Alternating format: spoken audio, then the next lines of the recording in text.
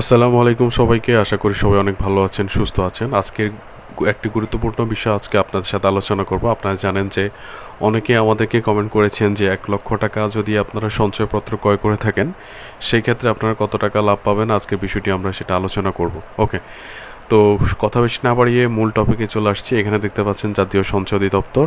আমরা কিন্তু আজকে 2025 সালে যে নতুন আপডেটগুলো দেওয়া হয়েছে সেই আপডেট অনুযায়ী কিন্তু আপনাদেরকে তিনটি সঞ্চয়পত্রের কথা বলবো। একটা হচ্ছে পরিবার সঞ্চয়পত্র, 3 মাস অন্তর মুনাফা ভিত্তিক সঞ্চয়পত্র এবং পেনশনার সঞ্চয়পত্র নিয়ে আজকে আপনাদেরকে প্রফিটগুলো জানিয়ে দেব। তো প্রথম হচ্ছে পরিবার সঞ্চয়পত্র। পরিবার সঞ্চয়পত্র হচ্ছে 5 বছর মেয়াদি এবং আপনি চাইলে কিন্তু 1 বছর, 2 বছর, 3 বছর পর্যন্ত আলাদা করে করতে পারেন। আমরা আজকে 5 বছর মেয়াদি দিয়েছি। আপনি পরিবার সঞ্চয়পত্রে 5 বছরের জন্য যদি 1,00,000 টাকা সঞ্চয়পত্র ক্রয় করেন, নতুন 2025 সালে যে রেট ঘোষণা করা হয়েছে সেটা হচ্ছে 12.50%। এখন আপনারা অনেকে প্রশ্ন করতে পারেন যে এই রেটগুলো আমরা কোথা থেকে কালেকশন করেছি। সেই ক্ষেত্রে আপনাদেরকে একটু দেখিয়ে দিচ্ছি। এখানে যদি দেখেন যে পরিবার সঞ্চয়পত্র জাতীয় সঞ্চয় অধিদপ্তর থেকে আমরা বের করেছি। তারা কিন্তু 2025 সালে যেটা প্রকাশ করেছে সেটা হচ্ছে পঞ্চম বছরে তারা 12.50% করে মুনাফা দিচ্ছে। তো আমরা এখান থেকে কালেকশন করে আপনাদেরকে খুব সহজে আপনাদেরকে হিসাবটি বের করে দেখিয়েছি। তাহলে মুনাফার হার হচ্ছে প্রতি বছর 12.50%। এখান থেকে উৎসে কর বাদ যাবে 5%, যেটা বলা হয়েছে। তাহলে আপনি মাসিক 1,00,000 টাকার বিপরীতে প্রতি মাসে পাচ্ছেন 990 টাকা।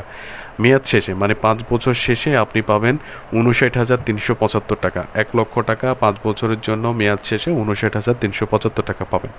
এবার আমরা দেখব যে 3 মাস অন্তর মুনাফাভিত্তিক সঞ্চয়পত্র যদি আপনি করে থাকেন সেক্ষেত্রে এখানে আমরা যদি দেখি আপনি 3 বছর মেয়াদি এই সঞ্চয়পত্রটি ক্রয় করতে হবে। মুনাফার হার হচ্ছে প্রতি বছর 12.30%। সেটা আমরা জাতীয় সঞ্চয় অধিদপ্তর থেকে পেয়েছি। আমরা উৎসে কর বাদ দিয়ে হিসাবটি করেছি। ওকে, তাহলে 3 মাস অন্তর মুনাফা ভিত্তিক সঞ্চয়পত্রে কিন্তু আপনারা জানেন প্রতি 3 মাস অন্তর মুনাফা কিন্তু উত্তোলন করা যায়। যেহেতু প্রতি 3 মাস অন্তর মুনাফা উত্তোলন করা যায় সেই ক্ষেত্রে 1,00,000 টাকার বিপরীতে তাহলে 2,921 টাকা আমরা 5% সরকারি উৎসে কর বাদ দিয়ে আমরা উঠাতে পারবো। এবার হচ্ছে মেয়াদ শেষে আপনি মোট কত টাকা পাবেন। আপনি যদি 1,00,000 টাকা সর্বোচ্চ 3 বছরের জন্য সঞ্চয়পত্রটি ক্রয় করে থাকেন, মেয়াদ শেষ হলে আপনি কিন্তু 35,055 টাকা পাবেন। এটা হচ্ছে 3 মাস অন্তর মুনাফা ভিত্তিক সঞ্চয়পত্র।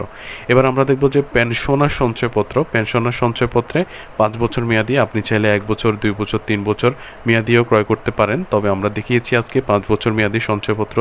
আপনি যদি 1,00,000 টাকা যদি পেনশনার সঞ্চয়পত্রটি ক্রয় করে থাকেন তাহলে এখানে মুনাফার হার জাতীয় সঞ্চয় অধিদপ্তর থেকে যেটা পেয়েছি 12.55%। এখান থেকে উৎসে কর 5% অবশ্যই বাদ দিতে হবে। আর মাসিক মুনাফা যেটা সেটা হচ্ছে যে 994 টাকা আপনি উত্তোলন করতে পারবেন। তাহলে 5 বছরের জন্য 1,00,000 টাকা জমা রেখে প্রতি মাসে আপনি 994 টাকা এই পেনশনার সঞ্চয়পত্র থেকে উত্তোলন করতে পারবেন।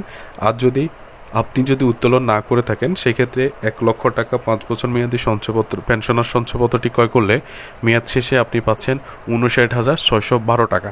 তাহলে বুঝতে পেরেছেন যে আমরা আজকে 3টি সঞ্চয়পত্র নিয়ে আলোচনা করেছি। একটা হচ্ছে পরিবার সঞ্চয়পত্র, 2 নম্বর হচ্ছে 3 মাস অন্তর মুনাফা ভিত্তিক সঞ্চয়পত্র এবং 3 নম্বর হচ্ছে যে পেনশনার সঞ্চয়পত্র। এবং এগুলোর পিছনে বিস্তারিত যে আলোচনাগুলো সেগুলো কিন্তু পরবর্তী ভিডিওতে অবশ্যই পাবেন। তো সবাইকে অসংখ্য ধন্যবাদ। আপনি কত টাকা এবং কী পরিমাণ সঞ্চয়পত্র ক্রয় করতে যাচ্ছেন সেটা অবশ্যই আমাদের কমেন্ট বক্সে জানিয়ে দিবেন। তাহলে আমরা আপনাদেরকে সেই বিষয়ে বা সেই মুনাফার রেটগুলো আপনাদেরকে জানিয়ে দিতে পারবো। সবাইকে ধন্যবাদ জানিয়ে বিদায় নিচ্ছি। দেখা হচ্ছে পরবর্তী কোনো ভিডিওতে। সে পর্যন্ত অবশ্যই ভালো থাকবেন, সুস্থ থাকবেন আর অবশ্যই আমাদের চ্যানেলটিকে সাবস্ক্রাইব করে রাখবেন, কেননা প্রত্যেক সময় আমরা নিত্য নতুন ভিডিওগুলো কিন্তু এখানে আপলোড করে থাকি ব্যাংকের। সবাইকে ধন্যবাদ। আসসালামু আলাইকুম ওয়া রাহমাতুল্লাহ।